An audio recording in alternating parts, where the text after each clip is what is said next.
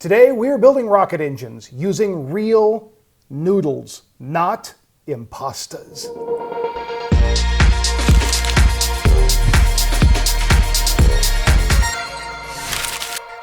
Teachers, what does pasta have to do with hybrid rockets? Don't know? Don't worry. We're here to noodle around and help you find the answer to this burning question. Hi, I'm Marty. And I'm Beth. Today we're going to show you how to build hybrid rocket engines in your classroom using simple materials.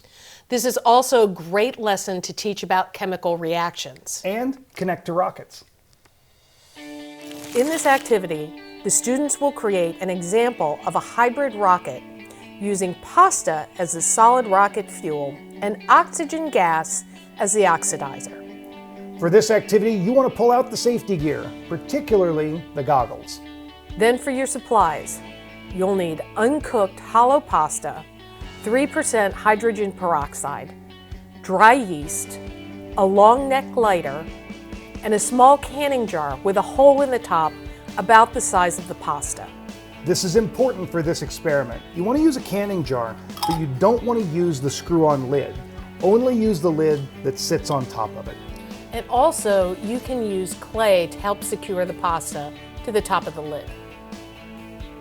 You can use regular hydrogen peroxide, but 3% works better. However, finding 3% in your local drugstore can be tricky. You can usually find it in beauty supply stores, or you can order it online. You'll want to prep the tops of the canning lids before the lesson. First, get your hollow pasta. We use ziti, but rigatoni will also work. Cut a hole in the top of the canning lid to be slightly smaller than the hole in the pasta you've chosen. Again, you don't want to use the screw tops from the jars, so this is a good time to throw them out or put them someplace to be used for another activity. We find it helpful to set the tables up before class. This activity can get a little messy. Now that you have the supplies set, let's get started. Groups of 3 to 5 students work well for this experiment. Once the students are in their groups, remind them safety first. Make sure everyone has on their safety gear. Also remind students to move slowly around the room. There's a lot going on and you don't want anyone bumping into the tables. Have the students place their pasta over the hole in the lid. You can use modeling clay to help secure it. Next, put the yeast in the bottom of the canning jar. Stir in some hydrogen peroxide until it starts bubbling. Place the pasta lid on top of the jar and light it up. In experiments like this, safety is important, especially when you're using a flame in your classroom. How do you keep your students safe? Let us know your tips and tricks down in the comments. We've included a full lesson plan that has discussion questions and standards. Scan this QR code or check out the link in the video description. For this lesson and rocketry, we asked a few amazing teachers what their best lessons, tips, and tricks were. Check them out. My name is Heather Moore. I teach K-8 STEAM in Stockton, California.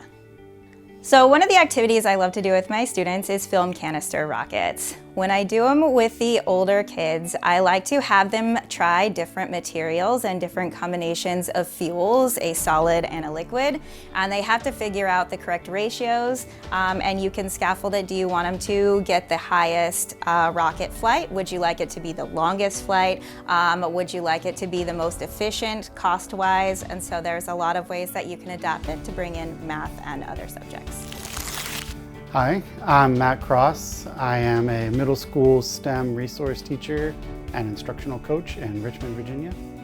I would say that anytime you're doing a project that's going to require a lot of building or construction and things, have things in various states of build throughout so that students can see them, but also for students that maybe their readiness level is not quite where you expected things to go, that they can step in with something that's already maybe like a part of the way done and feel success when they accomplish it at the same time that other students are doing it. Hi, I'm Christine Paradise. I teach in Del City, Oklahoma, and I am a K-5 STEM teacher. One of the things that I do with my students is pay attention to the fine motor skills that they have, so that when they are putting things together, I can adapt for that. If you're doing something like foam rockets and it calls for duct tape, the heavy-duty masking tape works really well. If you need scissors, check out the left-handed scissors or the adaptable scissors. They work wonderfully, and sometimes you might have to do a little bit of pre-engineering, but I have discovered that all of my students can do all of the things with just enough preparation. What are your best rocketry-related lessons and resources? Let us know down in the comments section so other teachers can learn from you. And be sure to give us a like and a share so that other teachers will know about these videos. This video is part of the On Air series brought to you by the National Air and Space Museum. This is one of 4 videos this month around the theme of rocketry. The next 3 you need to know about. The first helps set the scene for studying the history of rocketry in your classroom. In this video, we explore Robert Goddard's legacy to modern rocketry. Next, we take a look at Robert Goddard's hoop skirt rocket. And our friend Adam Savage will explain how this early rocket was built upside down and why this design really wasn't the best. Finally, we meet an actual rocket scientist who tells us what inspired her to study this field. Each of these videos has either a lesson, video guide, or additional resource connected to it. These are all located on the Teacher Tips document you can find here. The link is also in the description of this video. Please give this video a like and a share and subscribe to the National Air and Space Museum's YouTube channel. And be sure to follow On Air on social media. We'll post student-friendly videos, lessons, and the occasional joke. Speaking of jokes. Oh no. Teachers, here are a few jokes that you can put into your lesson plans. You are welcome. Beth, did you know I checked out a book about microgravity? I can't put it down. I started a company that makes wind-powered rockets. Sales are taking off. I keep pressing the space bar, but I'm still here on Earth. Don't worry if your students get obsessed with studying the moon. It's just a phase. Did you hear about the astronaut that had to go to the foot doctor? He had mistletoe. What is the slowest species in the entire solar system? Snailians. For all you middle school boys, you never take your date to the moon. There's no atmosphere.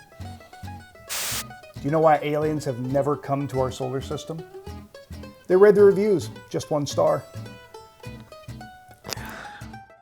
And last but not least, I gotta tell you, the fact that Earth rotates really makes my day.